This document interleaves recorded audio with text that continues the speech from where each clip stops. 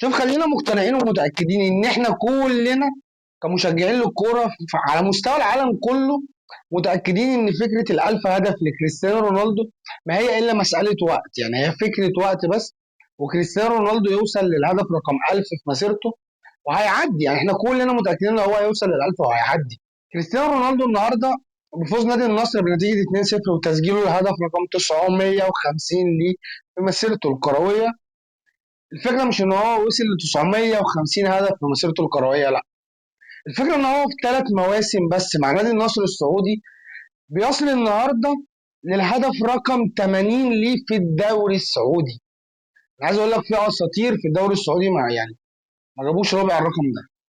أنت مدرك إن يعني واحد في ال 41 وفي نهاية المسيرة الكروية وفي الكلام اللي احنا بنقوله كل فيديو وكل رقم جديد كريستيانو رونالدو بيعمله، ان هو النهارده بيوصل للهدف رقم 80 ليه في الدوري السعودي في 3 مواسم بس.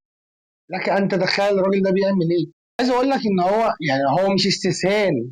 هو الراجل ده مش مثلا ايه بيقف على خط المرمى والكرة بتجيله فبيسجل جول، لا. انت عارف الهدف اللي النهارده كريستيانو رونالدو سجله كان في الدقيقة 88؟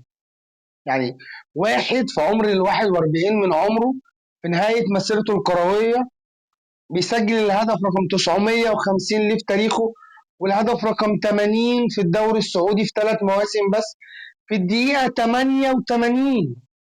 لعيبة كتير جدا في الوقت ده بتكون استنفذت الطاقة البدنية بتاعتها.